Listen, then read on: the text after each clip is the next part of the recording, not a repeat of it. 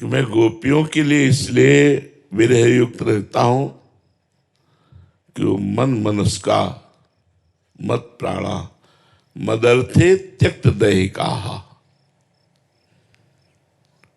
भगवान में मन लगाना साधना है, लेकिन कृष्णमय मन हो जाना मन मनस का, कृष्णमय प्राण हो जाना, प्राण कृष्ण का चिंतन करते हुए जब मन निरंतर हर श्वास में, तो मत प्राणा हो जाता है, कृष्ण प्राणा हो जाता है। गोपिका जी कहती हैं कान भय प्राण में और प्राण भय कान में, ही में न जानी परे कान है कि प्राण है। प्राण ही कृष्ण हो गए या कृष्ण ही प्राण हो गए। मन मनस्का मत प्राणा मदर्थे त्यक्त दैहिका। मेरे लिए समस्त देह के आचरण समर्पित करना, यह है भगवत प्राप्ति। भगवत प्राप्ति का स्वरूप क्या है? भगवान में मन हो जाना, भगवान में प्राण हो जाना, और देह के समस्त आचरण समस्त विलास केवल भगवान के लिए। अब बोले इसका साधन क्या है? तो बोले संत। बिना संतों के ये बात नहीं हो सकती। अगर संत संग नहीं मिला तो मन मनस का मत प्राणा मदर्थे त्यक्त देहिका, ये स्थिति नहीं आ सकती। इसलिए कहा है तुलयाम लवे ना पिन्ना स्वर्गम ना अपुनर्भवम भगवत संग संगस्य मर्त्यानाम किमुताशिषा। तुलना नहीं की जा सकती संत संग से, मोक्ष सुख की भी, स्वर्ग सुख की भी और मृत्युलोक के सुख की भी। अगर ये तीनों सुख मिला दिए जाए तो भी संत सुख के बराबर नहीं। जो भगवत प्रेमी महात्माओं का संग है उसके बराबर नहीं। तात स्वर्ग अपवर्ग सुख धरी तुला एक अंग, तूल न ताय सकल मिली जो सुख लव सत्संग। लव मात्र क्षण मात्र के सत्संग से जो हमें लाभ मिलता है वो और कहीं किसी से नहीं मिल सकता। संत का स्वभाव होता है सबका मंगल करना। जो पैसा चाहना, मान प्रतिष्ठा चाहना, भोग चाहना, यश कीर्ति चाहना, जा ही ना चाहे कबो कछु। चाह जिसके अंदर मिट गई है वही संत है। चाह मिटी चिंता मिटी, मनुआ बेपरवाह। भगवत चिंतन परायण महापुरुष फिकरी फारी फकनी करे ताको नाम फकीर। जिस फिकर माने होती चिंता, चिंता को ही मिट्टी में मिला दिया, कोई चिंता नहीं, कोई चाह नहीं।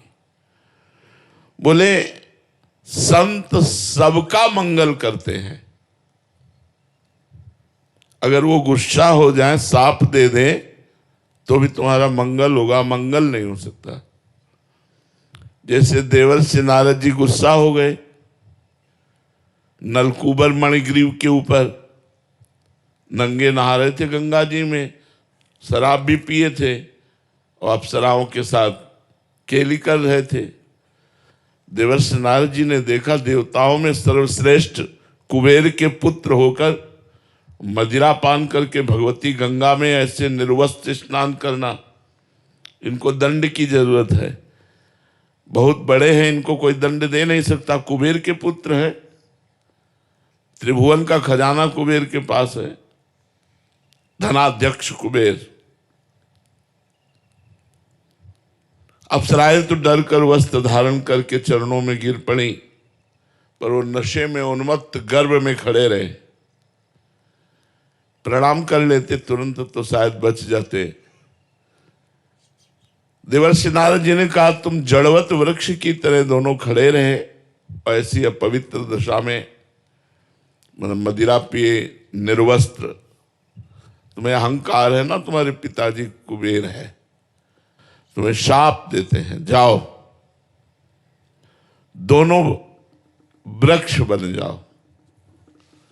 यमला अर्जुन,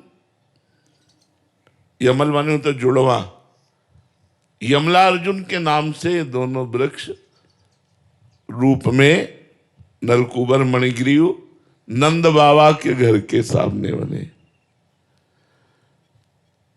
लालजू को जब उखल में बांधा गया तो उखल सहित घसीट कर दोनों वृक्षों में फंसा दिया, मारा झटका, दोनों वृक्ष उखड़ गए और भगवान गोविंद का साक्षात्कार नलकूबर मणिग्रीव को हुआ। ऐसे हम वरदान कहे कि साफ कहे, मुनिन कर क्रोधो मुक्तिदातार। अगर कोई साधु महात्मा गुस्सा हो करके कुछ कह भी दे तो परिणाम उसका मंगल होगा, क्रिया मंगल होगी। अब अमंगल क्रिया कहाँ, कुबेर के पुत्र पेड़ बने खड़े हैं, लेकिन परिणाम मंगल होगा, भगवान की उनको प्राप्ति हुई। तो संत का संग सबका मंगल करता है। केवल इतनी ही बात नहीं, संतों में भगवान के भजन से ऐसी शक्ति आ जाती है कि उनका संस्पर्श जिसको हो गया उसको मालूम भी नहीं चलेगा और उसको भगवत प्राप्ति हो जाएगी। इतनी बड़ी महिमा है। संस्पर्श दो प्रकार से होता है। एक होता है वाणी से, हमारी वाणी गई और आपके हृदय को छू गई, और एक होता है दृष्टि संकल्प, हमारी दृष्टि गई और संकल्प बना, तो दोनों संस्पर्श से निश्चित भगवत प्राप्ति हो जाती है। संत का मिलना बड़ा दुर्लभ है। महत् संगस्तु दुर्लभो, देवर्षि नारद जी ने कहा, महापुरुषों का संग मिलना बड़ा दुर्लभ है। संत को ना पहचान करके यदि हम उनकी सेवा, उनकी आज्ञा का पालन करें तो कल्याण हो जाएगा। अगर पहचान कर करें तो बहुत जल्दी भगवत प्रेम की प्राप्ति हो जाएगी। बस संत की अवज्ञा ना करे, अवज्ञा माने उनका अनादर ना करे। भले तुम्हारी पहचान में नहीं आ रहे, किसी बात को देखकर, गुण दोष को देखकर उनका अनादर न करे। वो भगवान के पार्षद हैं। जिस समय कृपा उनकी उदय होगी तब आप पहचान पाओगे ये क्या है, नहीं तो बाहरी लक्षणों से पहचानना बड़ा कठिन हो सकता है।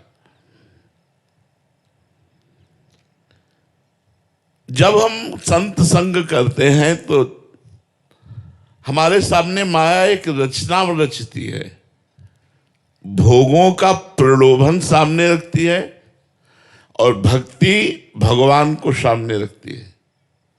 दोनों भगवान की प्रिया है। भक्ति प्रिय माधवा, मायापति मम माया दुरतया। भगवान मायापति भी है और भक्ति पति भी है। भक्ति भगवान को सामने रखती है और माया भोगों को सामने रखती है। जब बड़े भाग्य से हमें संत संग मिलता है तो पता चलता है कि हमारे जीवन का लक्ष्य भगवान है, भोग नहीं। पर अनेक जन्मों से इतना आकर्षण भोगों का है कि भगवान अच्छे नहीं लगते और भोग अच्छे लगते हैं। आप देख लीजिए, भोग तुरंत सुख देता है, ऐसा लगता है भगवान तो कालांतर में सुख देते हैं, ऐसा लगता है। और भगवान में सुख है भी कि नहीं पता नहीं। गुलाब जामुन में तो तुरंत सुख है, मुंह में डालो मीठा लगा, है नहीं।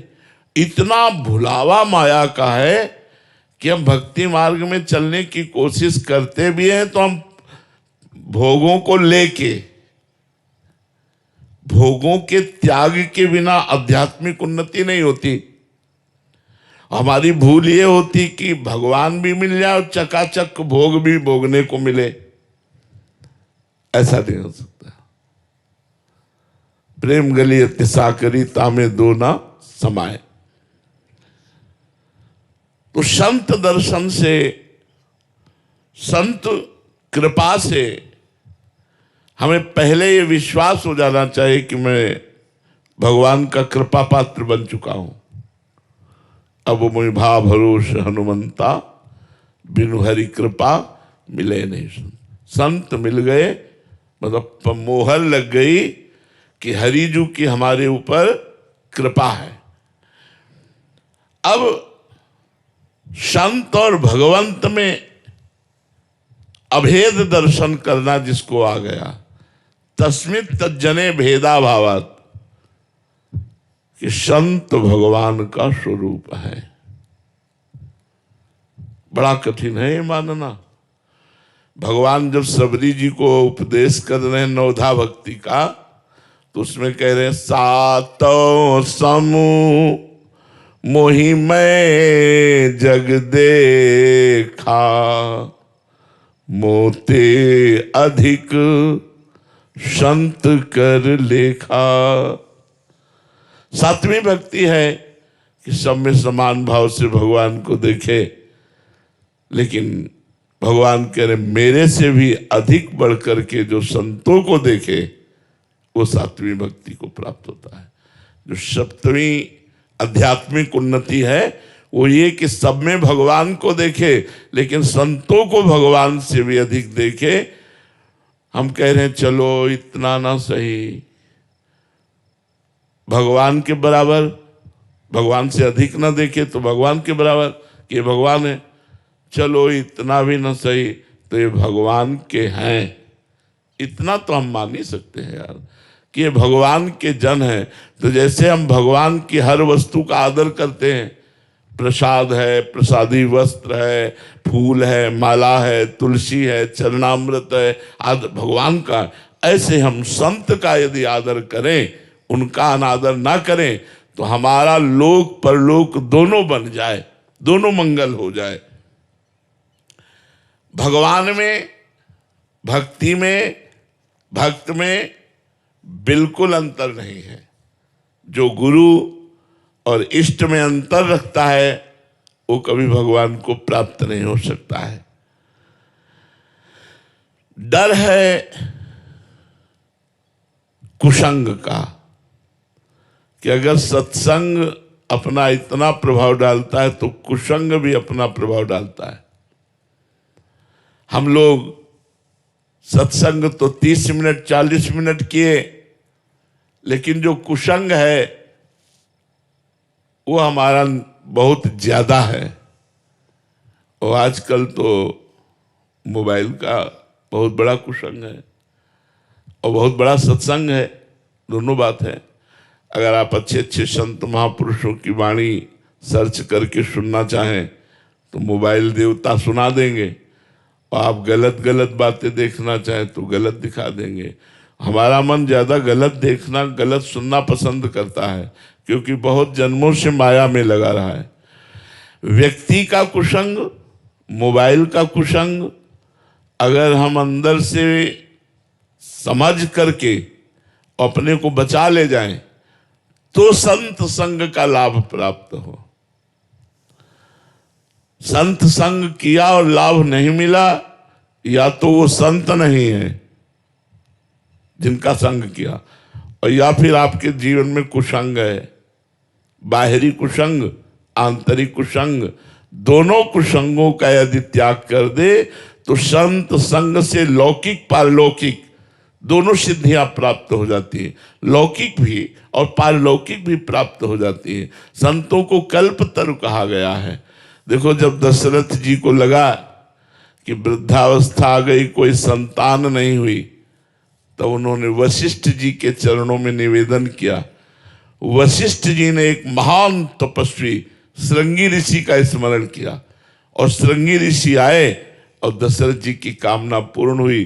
भगवान राम, लक्ष्मण, भरत, शत्रुघ्न जी का चारों का प्रादुर्भाव हुआ, पुत्रष्टि। आज तक इतिहास साक्षी है, लौकिक और पारलौकिक दोनों मंगल कामनाएं किसी की भी पूर्ण हुई है तो संतों से पूर्ण हुई है। संतों की